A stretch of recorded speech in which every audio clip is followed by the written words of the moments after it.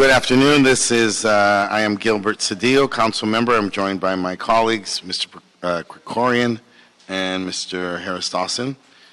This is the Housing Committee for Wednesday, October 11th, 2017, room 1010 City Hall. It's 3 p.m., and we are prepared to begin. I note that we have multiple comments. Can we get the public comment up? I've got Mr. Wayne. Wayne Puppet. Nope. Item 2. Nope. Mr. Spindler not here for item 3. Okay, waive those. Mr. Herman. Item 4. Item 1. 2. And 3. You got 2 minutes. That includes general public comment? Exclusive of general public comment.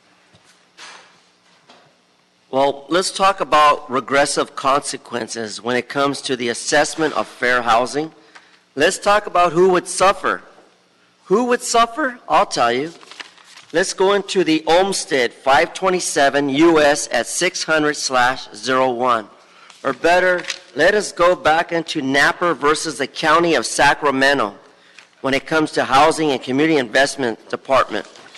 Let's also go into Los Angeles Housing Community Investment Department's report regarding CD14, Jose Huizar, CD1, Mr. Chair Cedillo. Let's go into Herman Jason Wesson, a.k.a. Herb, H-E-R-B for the record, under discrimination related to the selection of developers for affordable housing projects for unnecessary institutional placement. Unnecessary institutional placement. And what do I mean by that? It means that you can't take people out of a community for an investment and destroy housing and relative housing per requesting recommendations by developers who do not provide affordable housing projects under adequate persons with disabilities. So I ask the courts, and I ask you, members of this committee, Housing Committee, for the record, that you grant a preliminary injunction against all development, all developers, also the city attorney who drafts the ordinance relative to municipal code to provide further protections to tenants under the City of Los Angeles. Fuck your Alice Act provisions and fuck the City of Los Angeles for its fucked up relocation assistance, Mike Fuhrer. And in addition to that, Olmsted 527 U.S. at 600/01, Title II, Title III discrimination. Fuck you. Mr. Jim Bickhart, please.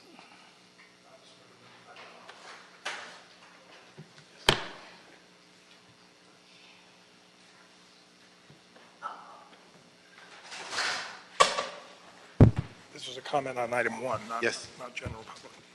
Okay. Mr. Chair, I should read item 1 into the record. Yes, please. Item 1, Los Angeles Housing Community Investment Department report relative to a request for approval of the City of Los Angeles assessment for a fair housing plan for submission to HUD. All right, Jim Bickhart, representing Councilmember Paul Koretz. Councilmember Koretz generally supports the fair housing assessment, but he'd like to encourage the committee to ask staff to look for ways to strengthen the recommendations regarding the preservation of existing affordable housing, including rent-stabilized units. The kinds of ideas CD5 has been exploring include the following: developing incentives for locating new housing projects on sites that remove no existing RSO units. An example would be channeling more housing projects onto increasingly underutilized commercial corridors, which in the age of e-retailing likely will remain underutilized for the foreseeable future. 2, developing disincentives for siting projects in a manner that does remove existing RSO units. 3, following the good example set in last year's state affordable housing trailer bill that didn't pass, to make projects that removed existing rent-stabilized units ineligible for permit streamlining or financial subsidies administered by the city.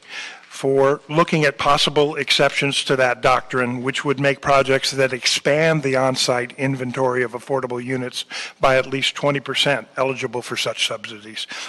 And finally, related to Councilmember Koretz's motion on amending the condo conversion code that you dealt with in your last meeting, strengthening the required findings for tract and parcel map approvals to enhance protections for existing affordable and rent-stabilized units.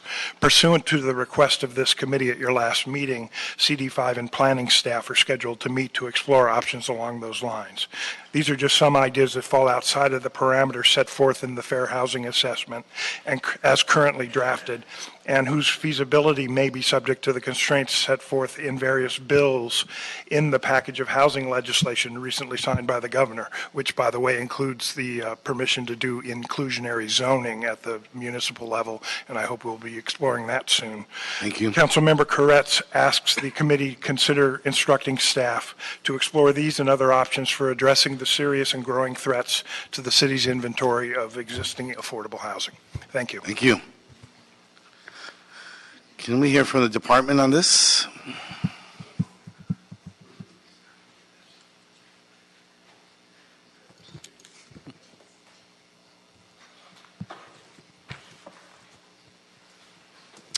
Good afternoon, council members. My name is Claudia Monterrosa, and I am with the Housing and Community Investment Department. And with me, I have Jared Elwell from the Enterprise Community Partners, and they are our consultants for the assessment of fair housing. You should have in front of you today a set of slides and also a goals and strategies document that's fairly thick. This was actually just updated yesterday since the time that we were here on September 27th. So before you today, you have a set of goals and strategies as well as the full document for the assessment of fair housing. Just a quick overview. This is a requirement from HUD, and it's an assessment that needs to be completed before the adoption of the next 5-year consolidated plan for the City of Los Angeles. And we are embarking in this process with the Housing Authority, so we have been doing this in joint collaboration with them. We actually started this process in November of last year, and so now we are here at the final stage of this process. And Jared is going to go over what the purpose of the AFH rule and also some of the key findings as well as some of the key goals and strategies, and now close up with an overview of our community engagement process and the timeline for completion of the AFH. Good afternoon, council members. I appreciate the opportunity to speak to you today. The assessment of fair housing is a mandate that came out of the Affirmatively Furthering Fair Housing Rule passed by HUD in 2015. And it is a fair housing planning rule that clarifies existing obligations of jurisdictions across the country and PHAs as established in the Fair Housing Act of 1968.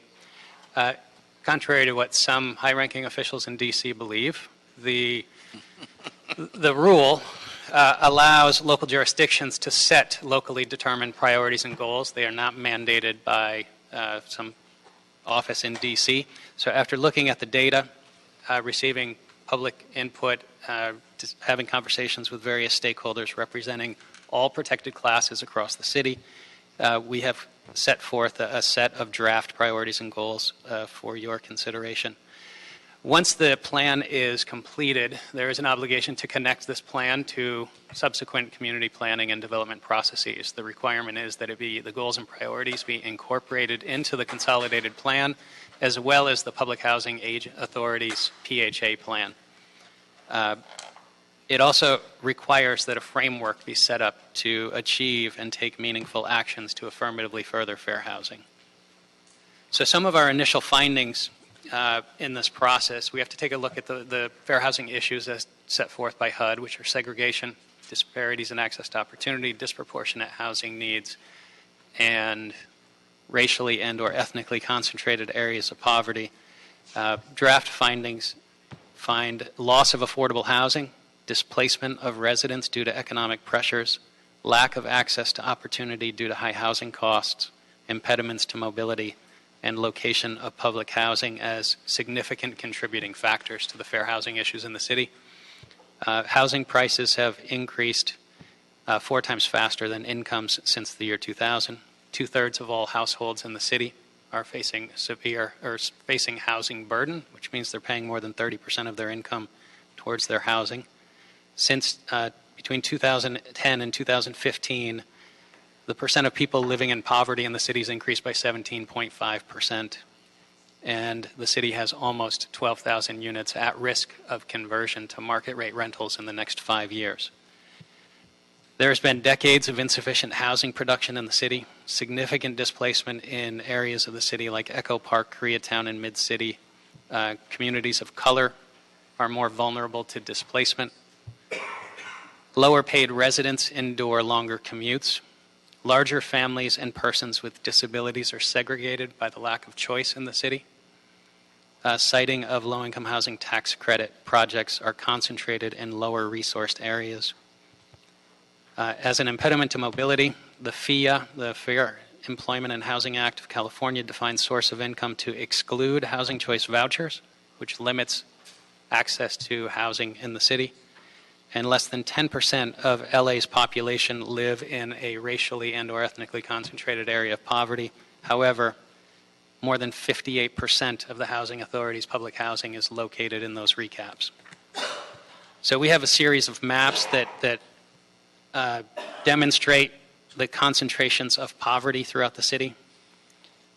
Those overlay with the Housing Rights Center's complaint data from 2016, as well as the Ellis Act eviction data.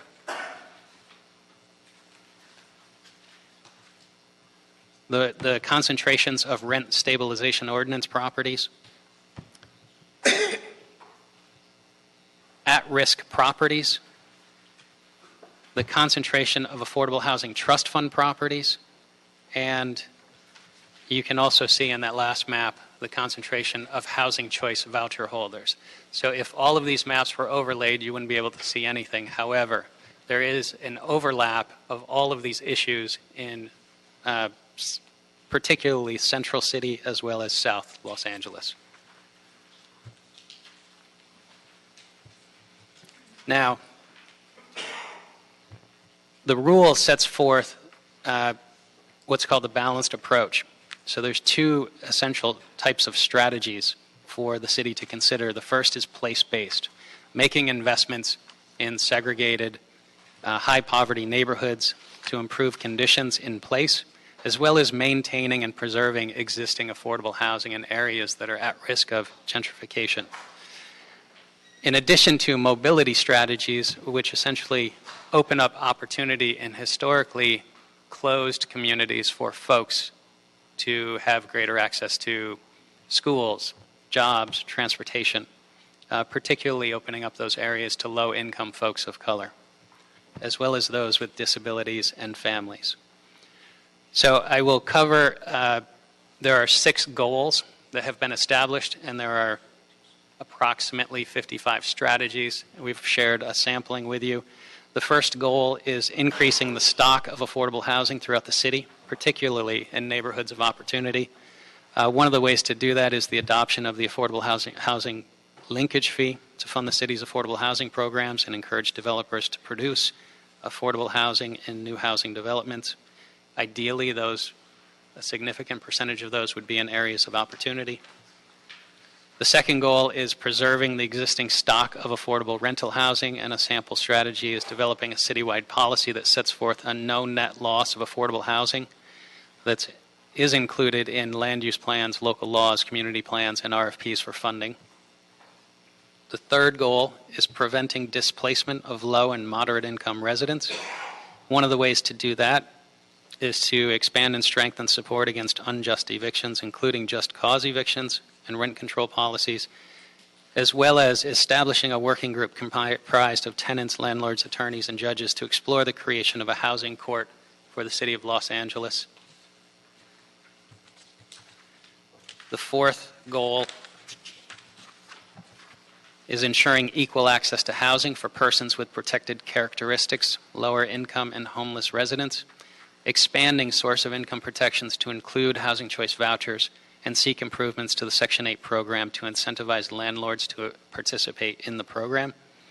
The fifth goal is to expand access to opportunity for protected classes. One way to do this is to implement equitable transit-oriented development utilizing Measure JJJ and TOC. And the last goal is increase community integration for persons with disabilities, obviously by honoring the settlement agreement, but also increasing access to integrated employment for persons with intellectual and developmental disabilities by partnering with the regional centers to connect individuals with disabilities to job opportunities. At this point, I'll hand it off to Claudia to discuss the community engagement process and the calendar moving forward. So the goals and strategies that we just discussed in the preview of that has all been informed by a very, very robust, aggressive community engagement process since the beginning of the year. And this encompasses a number of community public forums in the winter, focus groups that were done in conjunction with LA County, CDC, and these focus groups were held at various community-based organizations. In the summer, we engaged in another aggressive approach by having input meetings with various organizations by topic areas, including the environmental justice organizations, domestic violence service providers, landlords and tenants, and also developers, and a variety of other stakeholders to really listen to their priorities so they can continue to further inform this process.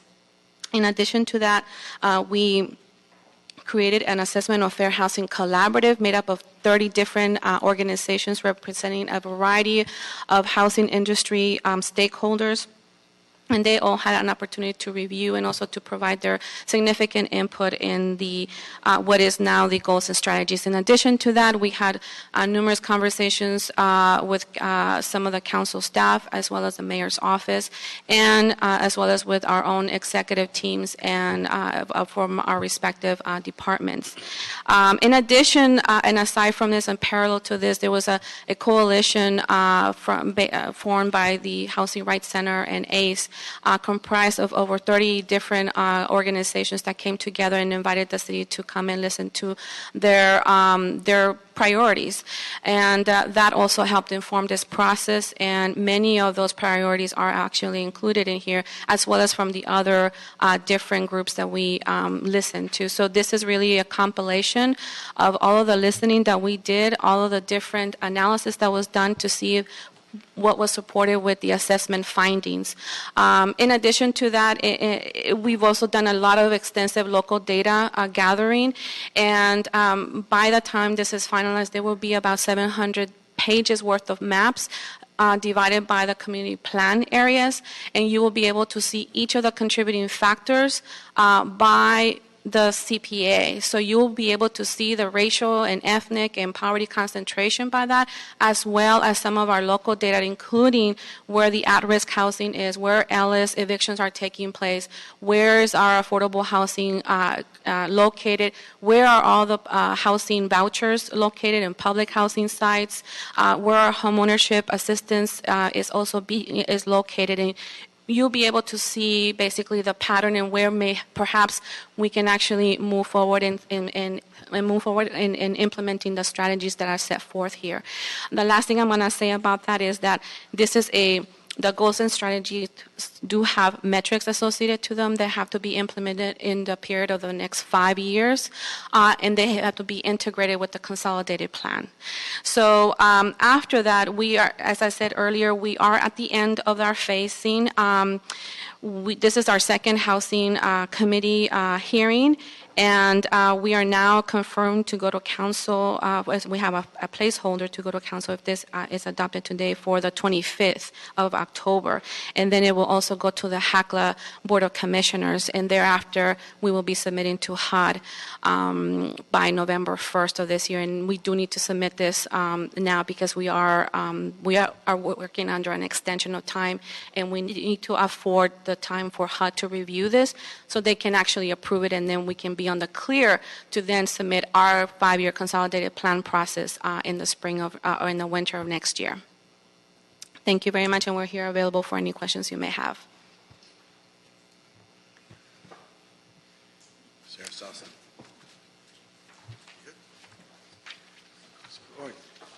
Not so much a question. I just wanted to thank you for really terrific work product. I mean, having a comprehensive strategy over 5 years with measurable goals and metrics and clearly assigned responsibility is something that we don't get often enough in this city. Right. We have lots of grand plans and we make big pronouncements and we, have lofty goals, and we seldom get detailed roadmaps.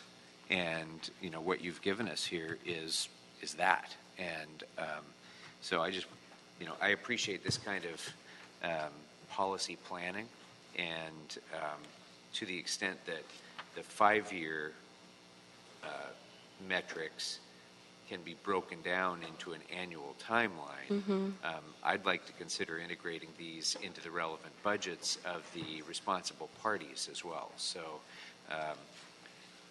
look forward to being able to work with you on making this a budget issue as well. By rule, council member, they must be incorporated into the annual action plan of the consolidated plan, as well as the annual plan of the PHA's 5-year plan.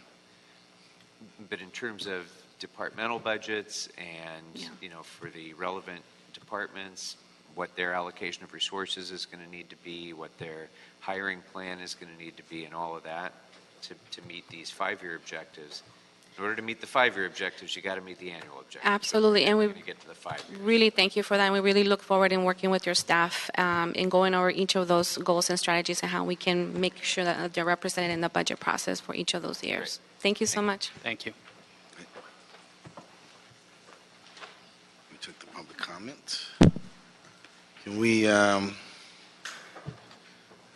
other comments? We're good with directing the CLA to review the upcoming HACLA board action of October 31st, and if the HACLA board makes any modifications to the plan, to direct the CLA to review said modifications and make any necessary amendments to reflect the intent of the council's action to approve the plan. Yes, Mr. Chair, and we would also recommend that the committee adopt the report. Yes, of course. And send it to council. Okay, so be the order. I want to take privilege of the chair and change the order to item 4. Okay. Item 4, Housing and Community Investment Department report relative to a request for approval to release an RFP for the 2018-19 Domestic Violence Human Trafficking Shelter Operations Program.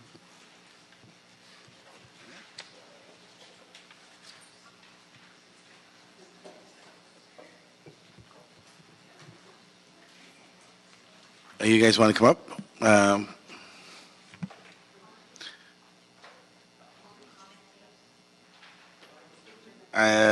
Let me get public comment first. I have Eve Sheedy. Can I get, okay, council member, you want to join us? You want to come up and join us? And your team is welcome to join us as well.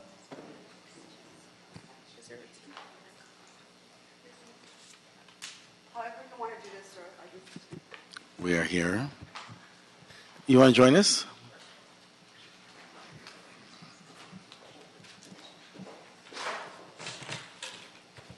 And I'll just be short with my comments. Thank you very much, Mr. Chair, for allowing me to come to your committee this afternoon. Good morning, colleagues. I'm here today to ask you for your support in approving the release of the RFP that will allow the creation of the first ever human trafficking shelter operations program. As you all know, this is a very, very important and critical issue for me. But this is not an issue that only affects my district, but it negatively impacts the entire city of Los Angeles and the rest of the world.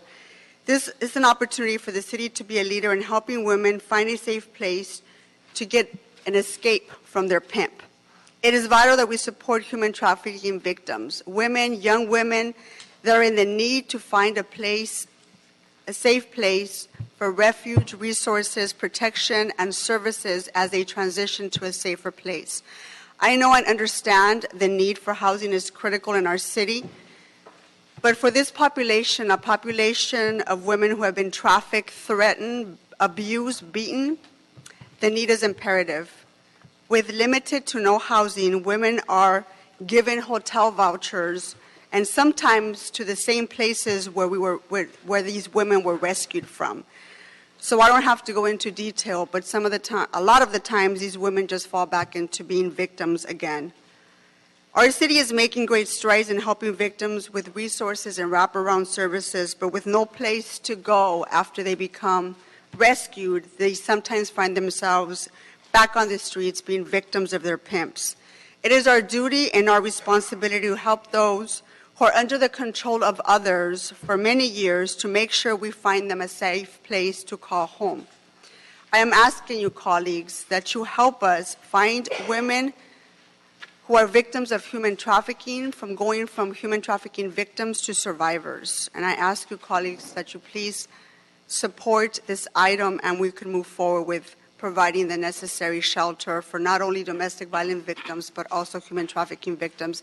And I want to applaud the work of HCID for your amazing work to ensure that victims who fall prey to, a lot of times men who prey on these victims, a lot of times minors, find a safe place for them to be able to rebuild their lives again. So I want to applaud your work. Thank you very much for working with my office and my staff. Thank you, Mr. Chair.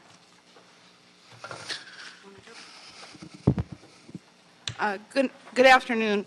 My name is Eve Sheedy. I work at the City Attorney's Office, but I'm the elected chair of the city's Domestic Violence Task Force. The task force is the city's coalition of both public members, but more importantly for purposes of this, of nonprofit agencies who work in the domestic violence field. So I'm here to represent the voice of that community who will be directly impacted by the proposal in front of you. I also want to thank HCID, particularly Ms. Marquez and her staff. This RFP really represents a unique process. For the very first time, providers and people who are involved in the domestic violence field were invited in, and their input was included within the proposal. I have been involved in this budgetary process seeking an increase in funding for domestic violence for at least the last 3 years, personally, and for longer, just as a member of the domestic violence community. We have not gotten an increase. We have 473 domestic violence beds in a city of 4 million people. We have no human trafficking shelters. This proposal not only increases the number of beds, which is greatly needed, but it also looks at the quality of services.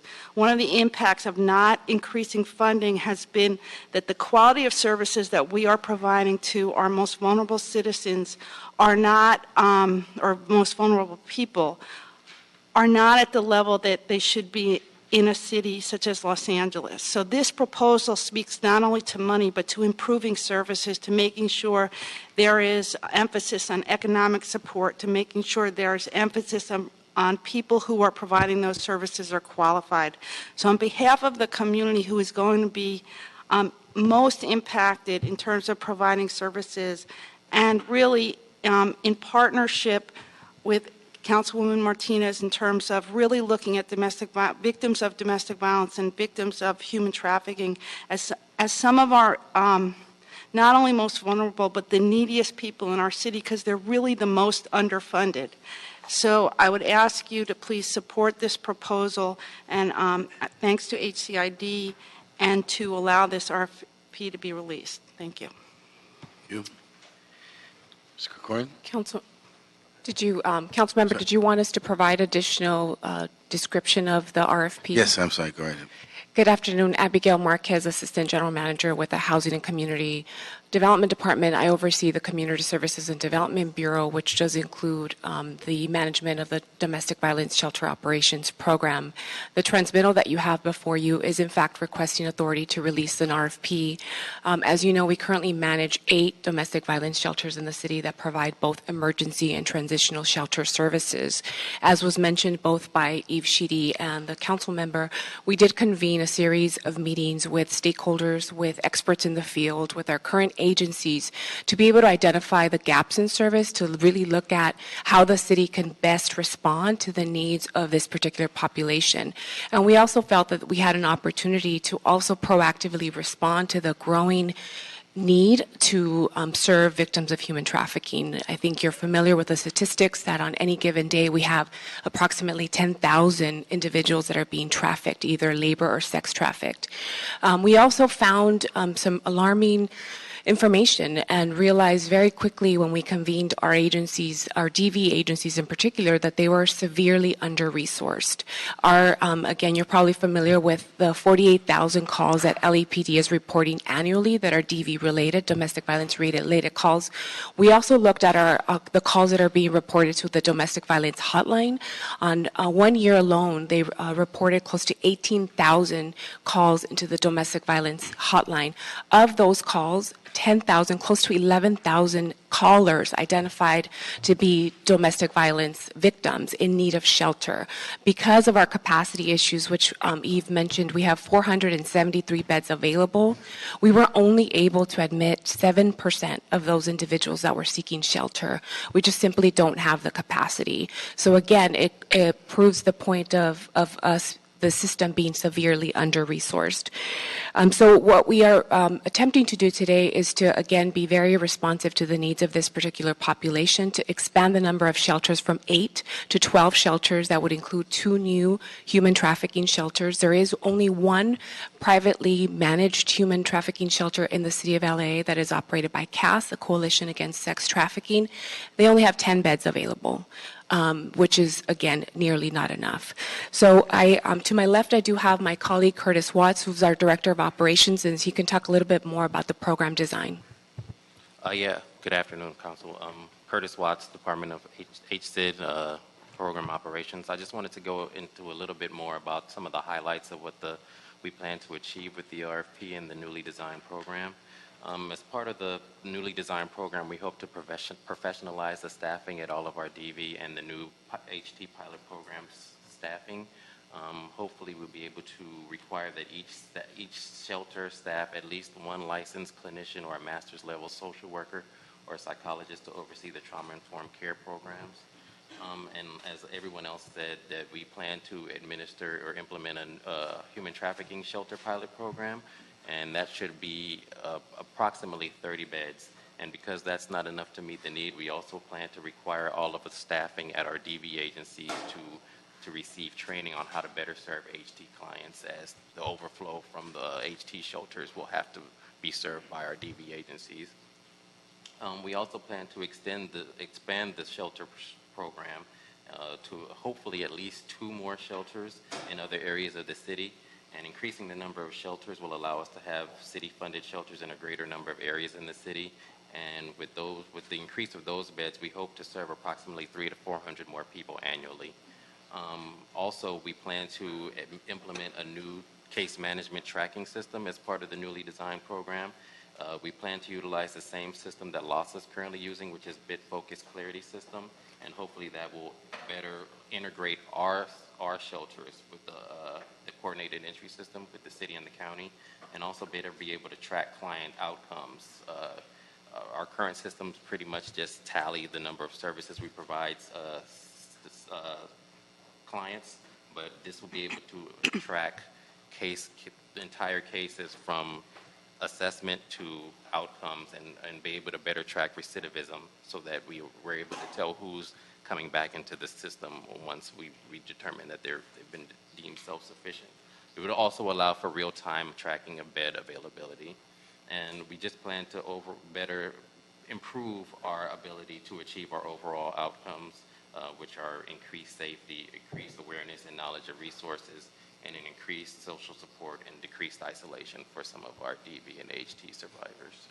And council members, if I can just add one final comment for the record. We also found that there is a huge disparity with how the city funds domestic violence shelters versus how we fund, both the city and the county fund homeless shelters, the traditional homeless shelters. The city currently is investing $13 per bed per night for our DV, our domestic violence managed shelters, and we're investing $50 compared to $50 per night per bed for the more traditional homeless shelters. So you'll see that there's already a huge disparity with how we're funding domestic violence shelters versus how the city and county funds homeless shelters, traditional homeless shelters. Why would we do that? Why is there such a discrepancy? I would say that this issue has never been brought to light. Sorry? It's never been addressed. It's never been brought to light. It's never perhaps been a priority. I know that Eve has been Sorry. Maybe I misunderstood. You're saying per bed. per night, per bed. Okay. Yes. So then it's a cost efficiency issue.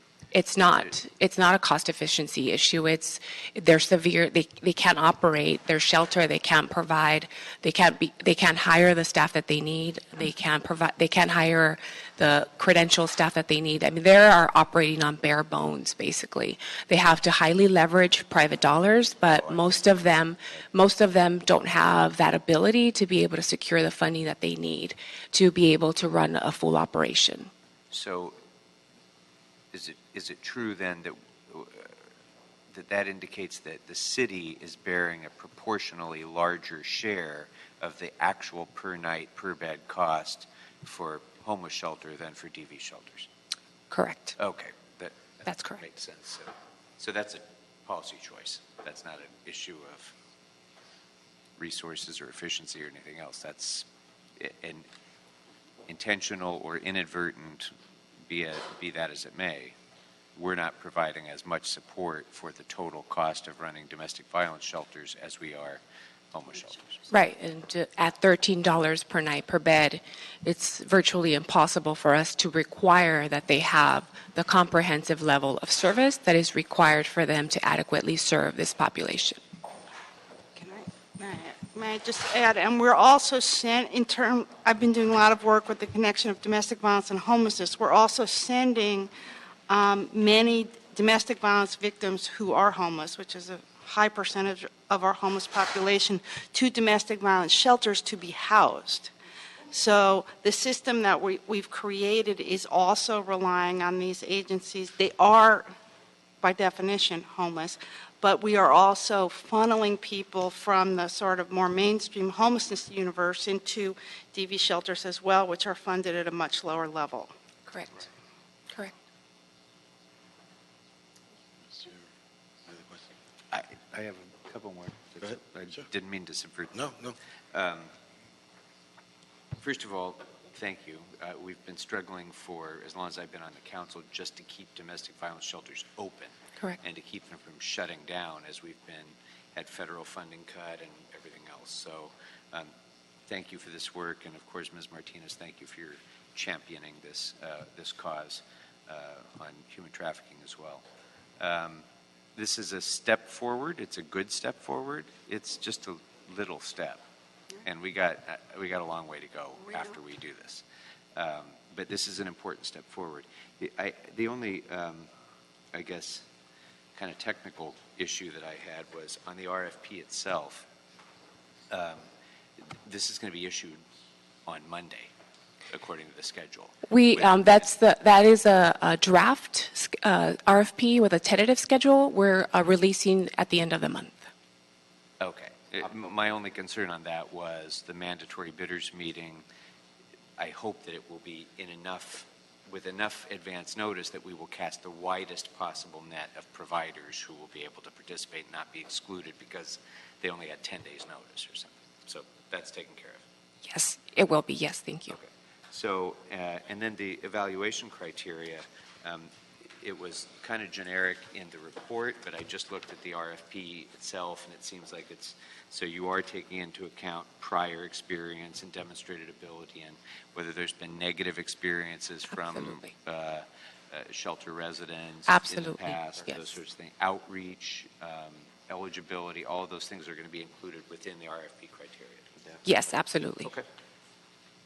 I think that was it. So, great job. Thank you. Thank you. You good? Thank you. Ms. Martinez, I want to thank you for your leadership on this. This is important to all of us, but no one has demonstrated greater leadership on the council or in the city of Los Angeles than you yourself, and we thank you for making sure that we do the right thing for these people. Thank you for your leadership. And thank you, Mr. Krikorian, for pointing out that 30 beds, and Ms. Marquez said this earlier, 30 beds for approximately 10,000 victims every day that are trafficked through our city is not nearly enough. But I think it's in the right direction to let our providers and certainly the victims of human trafficking that Los Angeles does care, and they are a focus and a priority of our city. So I appreciate those comments. Thank you very much, Mr. Chair. Thank you. I'm sorry, could I ask one more question? Yes, of course, Thank you. please. On that point, the city is providing this tiny little bit of available bed space for human trafficking victims. I'm assuming that there are at least some similar, well, you already mentioned there's one privately operated. And there's another privately operated one in my district in Van Nuys, Children of the Night, Yeah. which I'm sure you're familiar with. Are there other facilities that are provided either by the county, by any other local agencies? And if so, are you satisfied that we have an adequate referral system so that the agencies are working together to be able to meet the needs as they arise? There is certainly a network. There is nowhere near the beds that we need every night, especially for victims who are simply trying to get away from or escape their pimp. It does take a number of months, if not years, to recover from that. Saving Innocence is another great organization that operates in the city that also has county money to operate, but it's not nearly enough. I know I've only worked with maybe 4 to 5 organizations that provide some level of service, if not beds, for human trafficking victims, but they're all interconnected somewhere, either through the county or the city. And part of this process would be to further strengthen the coordination between domestic violence and human trafficking agencies. We know that our domestic violence agencies are informally referring or accepting victims of human trafficking into their shelter, but there is a capacity issue on the domestic violence front as well. And so, again, to adequately respond to the needs of both populations, we do feel that there is a need to have, at least in the first year, a pilot program to really look at how to strengthen that coordination and further align efforts. But I also, one of the things that I supported in the drafting of the RFP is that both populations have different tracks. Yeah. It's made very clear that if you're a victim of domestic violence, there's a certain provider or you should be providing certain services and beds for these victims. And it's very different, the services being provided for human trafficking victims on this. And this RFP does a very good job of distinguishing both populations and their needs and what kind of services we're expecting these providers to provide. That's very important to point out. I'm sure these ladies would agree. Absolutely. Great. Yeah, thank you, Mr. Chair, and thank you, everybody who's put this work forward. It's very meaningful to us, and I'm extremely grateful, and for years grateful to you, Councilmember Martinez. I remember marching with you as an activist down Western in South LA, way far away from your district, on the issue of human trafficking. And you all just brought up one of the challenges that we see a lot, and I would just like to hear more of your thoughts about it. So many of the domestic violence homes in our part of town say, well, we don't have the capacity to deal with a trafficking victim, right? So we can maybe put them in a bed for a day or two, but we don't have the expertise to deal. And then one of the things that's troubling, and I know we don't necessarily have jurisdiction over this in the city, a lot of the trafficking victims, particularly in South LA, and I think it's broader than this, they actually have foster care cases. Mm-hmm. So money is allocated to them far more than $50 a night per bed, but what the county often wants to do is put them back in the group home that they were trafficked from. Mm-hmm. And I've always wondered and sort of been beating the fence about, like, well, why not just take that resource and give it to a place that actually can help them and move them towards recovery?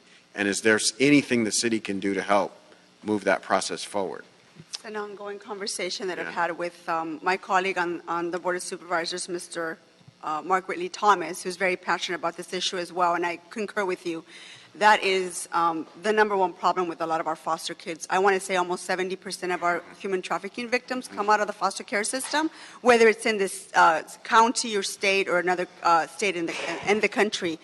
It is something that we grapple with. We're still trying to figure out what the county is doing to better prepare their foster care parents, if not their foster homes or group homes, as we like to call them.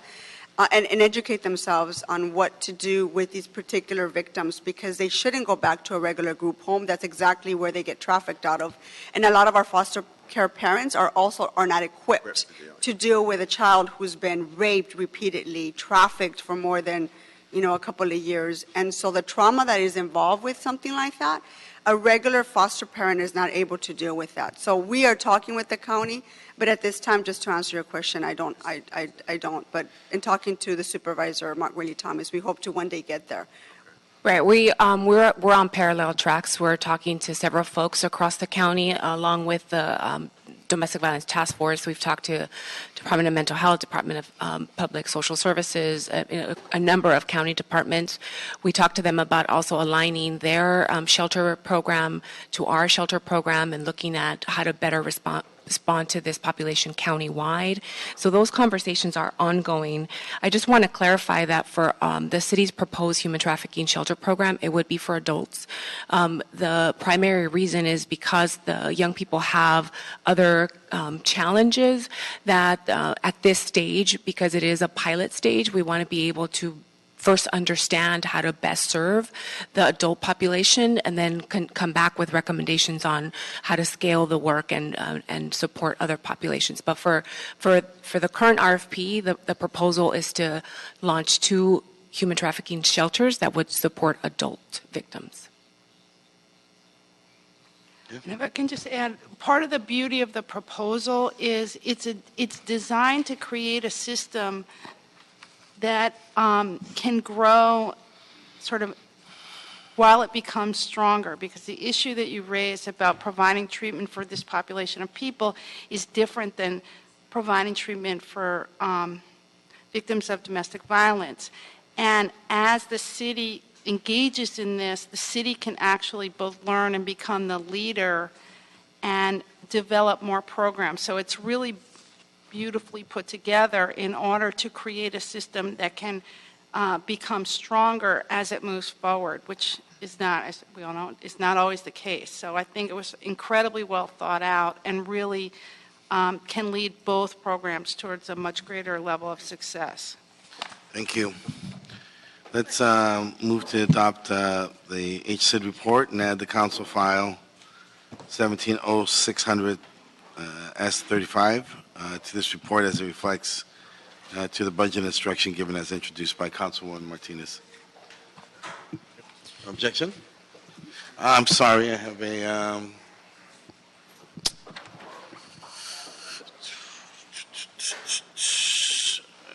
Yvonne Michelle Autry, you wanted to make a comment for the record?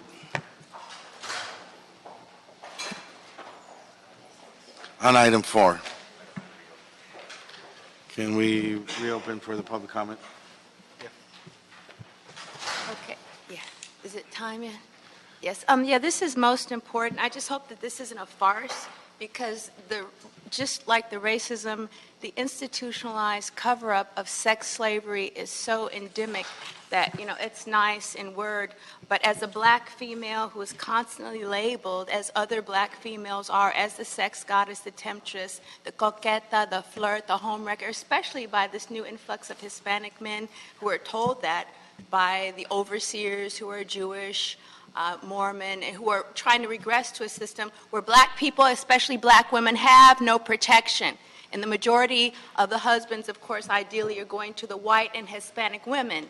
So you have to understand, this is very nice, but when I speak to black women who are also victims of sex slavery, as I am a survivor, we do not have any satisfaction. The children within the Department of Children and Family Services are bred for that purpose. They're sacrifices. They're medicated to cover up the fact that they are used as sex slaves, and this is one of the reasons that they are detained, because this is a business. So once in that exposition, then moving forward beyond that, delivering these women out of the reach not only of the pimps, but the CIA or the police or paramilitary or the pedophiles who want to use not just the women, but little boys. Because there is a huge underground of pedophiles that now want little boys, not just little girls. We need to have a very real safe sanctuary for them so that they are not considered, again, just fodder for the system where they are continually recycled and medicated to cover up. The special needs is another very lucrative labeling stereotype for these children. Not to mention the fact that these pedophiles, who are like I said, the cannibalistic vampire, really just sucking the souls out of these children. And ultimately, what I wanted to say is that exposing the fact that many of these rituals require children that some of you are aware of, whether it's secret society rituals, skull and bones rituals, fraternal, Masonic rituals, I know from firsthand experience. So again, we would need real restitution and a real safe place of a refuge for these children and for women as well. Thank you. Okay. Where are we? Mr. Chair, it takes us to item number 2. Okay. Item 2, HCID and CAO report relative to the selection of developers for affordable housing projects. All right. We're going to take our CD1 group and hold it on the side. 45 Washington. No, that's West.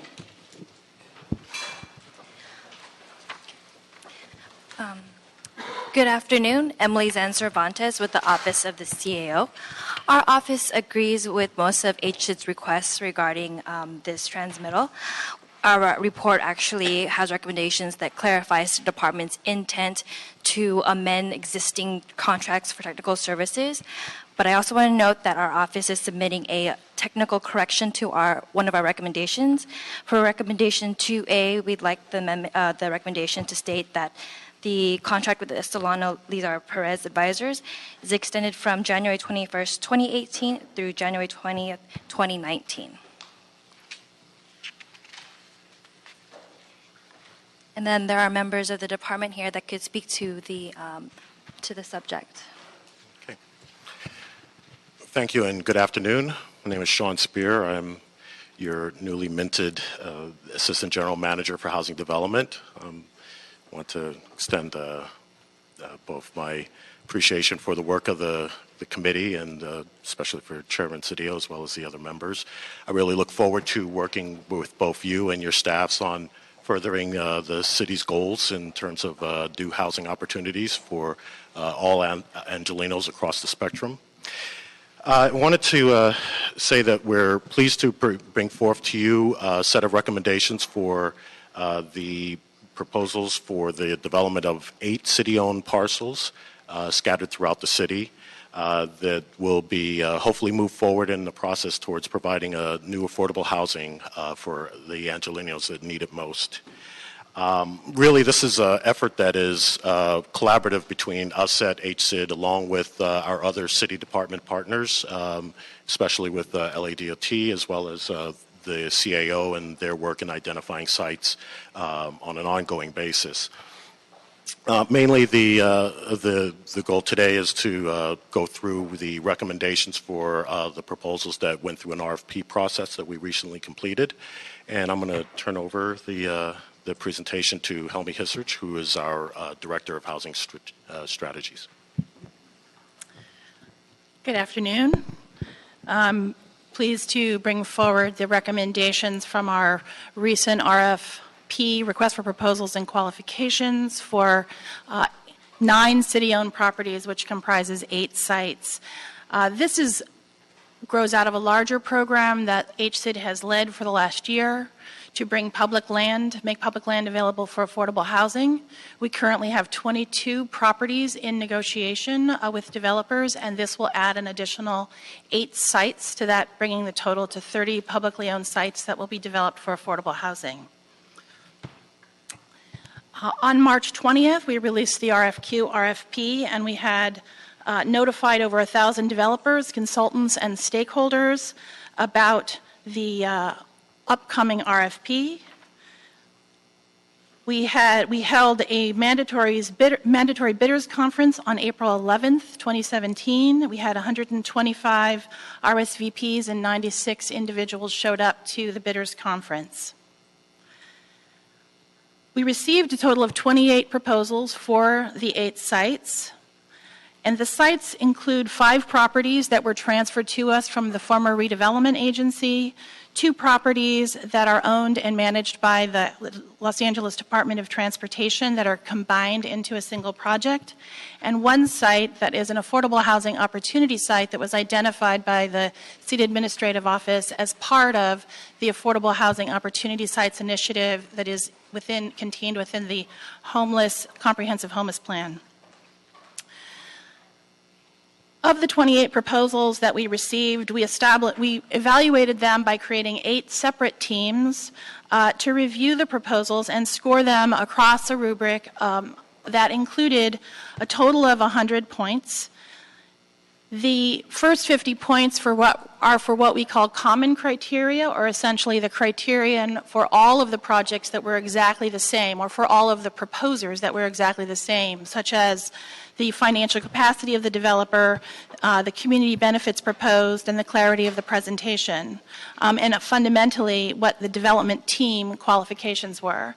We also had an additional 50 points that were for project-specific criteria. So each of the projects were evaluated on a slightly different set of criteria based upon what the vision for the site was. The teams that evaluated included staff from HCID, from the City Administrator's Office, from the Department of Transportation, from the Planning Department, and from the Economic and Workforce Development Department. Each person that was part of a team ranked them individually, and then they came together as a consensus and gave the project a consensus score. So the scores that were proposed were essentially the team evaluation of the score. We did have some appeals from the scores, and we had a appeals process that included 3 executive level members of the department to review the appeals and to determine whether or not the scores had made any errors in their evaluation process. What we have before you is a set of recommendations that we believe represents the best proposals that we received for the 8 sites. And we are asking for your to execute exclusive negotiation agreements for the 8 affordable housing developments, to enable us to have the authority to negotiate and execute disposition and development agreements for the selected developers, and to negotiate and execute joint development agreements with LADOT for their property. I think I'll leave it at that.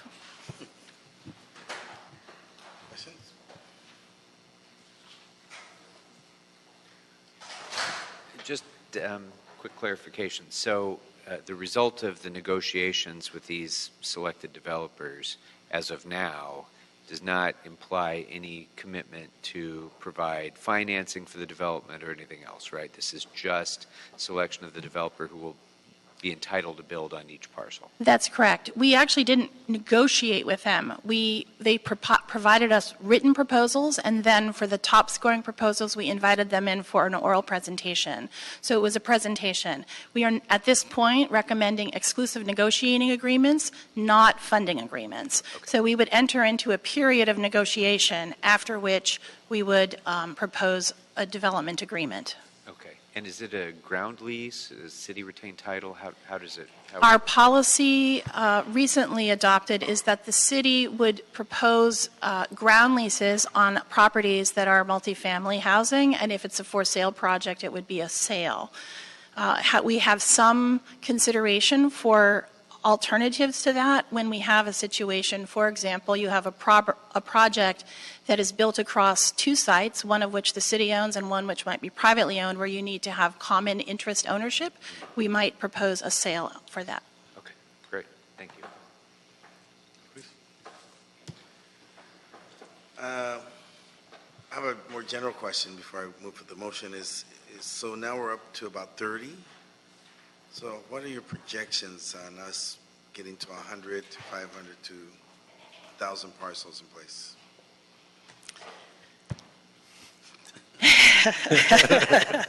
More you find. Breaking out of the gates.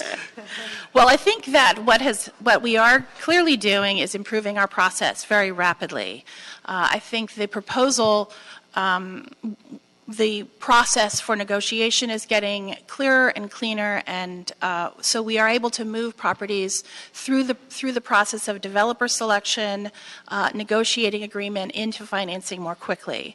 In terms of the number of properties, we took on about 30 properties from the redevelopment agency, so that was a big chunk coming in, a lot of properties flowing into the department all at once, and we think going forward, we're currently working with the city administrator's office. So we worked very closely with them, and they are looking citywide at opportunity sites.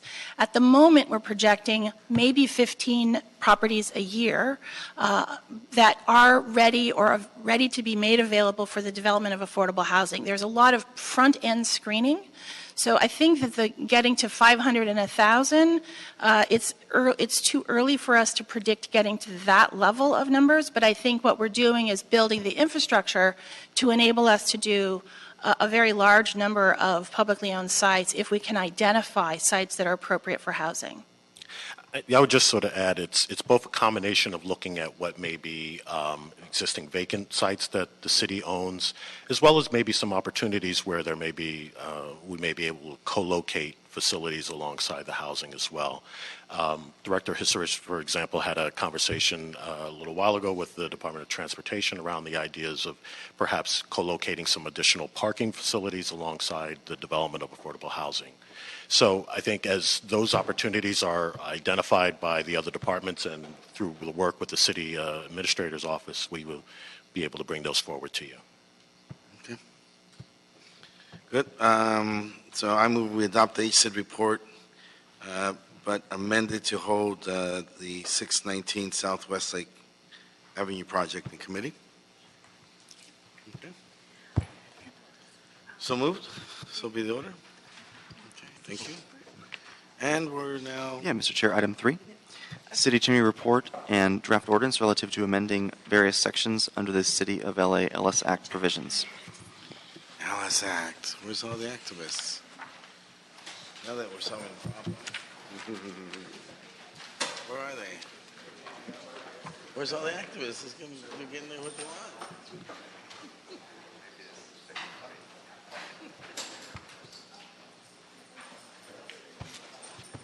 Huh? Good afternoon. Good afternoon, council members. Robert Moore from the City Attorney's Office.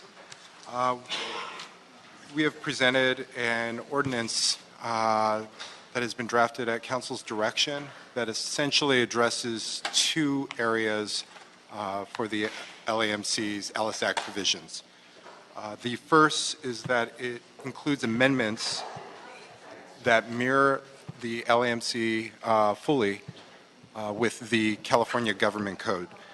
There are two aspects that were amended. The first is to clarifying that tenants may raise as an affirmative defense in any action by an owner to recover possession of the property, the failure of that owner to comply with one or more requirements under the Ellis Act provisions or the RSO. The second is changing the requirement from 5 to 10 years, where owners that wish to re-rent accommodations previously withdrawn must give tenants that have timely requested a right of first refusal to rent the unit that they were previously displaced from. The second aspect of this draft ordinance is the elimination of the exemption to pay relocation assistance where an owner has an application to convert to a condominium, stock cooperative, or community apartment project, either on file or already approved by the city. In such cases, all tenants now will be entitled to receive relocation assistance, including those whose tenancy were created after the filing and or approval of the conversion. Good afternoon, council members. Ana Ortega, Housing and Community Investment Department. As you know, over the past few months and really couple of years, we've had a number of reports before this committee and council related to the Ellis provisions of the Rent Stabilization Ordinance. And earlier this year, a number of technical amendments took effect on June 4th.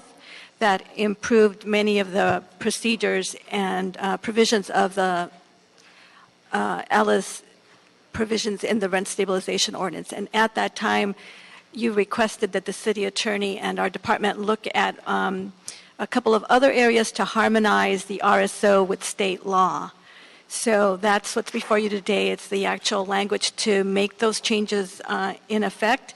As my colleague from the city attorney's office explained, there's two that harmonize with state law. One provides that tenants can raise as an affirmative defense a landlord's failure to follow any of the RSO Ellis provisions.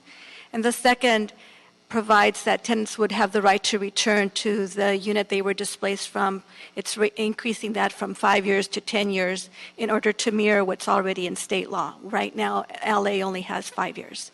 And the last thing is relates to another area that's come up where tenants have not been able to receive relocation assistance when their housing is being converted to condominiums because they've signed waivers. So we were asked to look at whether there's any requirement in state law that requires that, and we found that there is not. So one way to fix that is to eliminate that provision. So going forward, if this is adopted, all tenants will be due relocation assistance regardless of the reason for the withdrawal of the housing. We have public comment. Mr. Alvarez. Debbie Alvarez. Carlos Aguilar. Hi. My name is Debbie Alvarez. Oh, I'm sorry. I'm sorry. I'm nervous. Don't be nervous. We're going to be good. I live at 1910 South. Who's going to talk on the Ellis? Ellis. Want to go first? I live at 1910 South Los Angeles Street, and we are going to be replaced, relocated. Big corporation bought our building, and there's a lot of families and elderly and handicapped in our building. We're already in low income. They're going to give us 90 days to get out, and we can't come back. Where are we going to go? I mean, we're already, we're already in low income. Where are we going to go? It's not fair. There's too many situations like this. I mean, I lived in bad areas where it was low income, and big corporations are buying everything out, raising the rents, not even fixing up the apartments. Where are we going to go? We want at least a year to be able to find a place. We want the right to return. It's only fair. We built communities. They fix it up, but not for us. For people to come from outside and take it over, and then we're out. It's not fair. Search your hearts because it's not right. Thank you, Debbie. Audrey, please. Fabian. Good afternoon. My name is Fabian Gonzalez, and I work with SAGE, and we do a lot of organizing around South Central LA. I run the tenant clinic every Tuesdays at our office and continue to see the threats and actual displacement of South Central LA. One real example is a 32-unit apartments that are probably going to be Ellis, right by USC, right east of the new soccer stadium. Where are all the tenants going to go? We've talked to the tenants, and they've been there for 20, 30, even 40 years. They're very worried that that's their own neighborhood, that they've been living there for a long time. So we demand that the displacement of our communities to stop, and we want to make sure that tenants have the right to return, because we want better neighborhoods, but when we want the same neighbors, we want to continue to stay in this neighborhood. Thank you. Thank you. Carlos Aguilar. Yes. Good afternoon. Carlos Aguilar, Coalition for Economic Survival. As you can see, this is a very emotional issue, and we definitely support this ordinance, which, as previously mentioned, provides tenants an affirmative defense where a landlord violates the Ellis tenant protections. It provides tenants with the right to return if a landlord re-rents within 10 years, reducing that incentive to hold that property for 5, and prohibits landlords from demanding relocation assistance waivers when attempting to convert to another use, such as condos. We have been attempting to get this unjust reload waiver eliminated for the past 10 years, and we're happy to see there's some change. Currently, landlords can demand these waivers, and they apply indefinitely, even if the conversion application is turned down. This denies tenants basic rights to relocation assistance and provides an unwarranted gift to landlords destroying affordable housing. Eliminating the relocation waiver is way overdue. While Ellis Act must be eliminated, in the meantime, we should be doing everything possible to preserve RSO units, protect tenants, and prevent displacement, So we urge you to adopt this measure. Thank you. Thank you. Okay. Any other comments or questions? Glad the activist showed up. I'm glad the activist showed up. Move to adopt the ordinance. No objection. So be the order. What else do we have? Unless we have any more public comment, that clears the agenda. Okay. Meeting is adjourned. All right.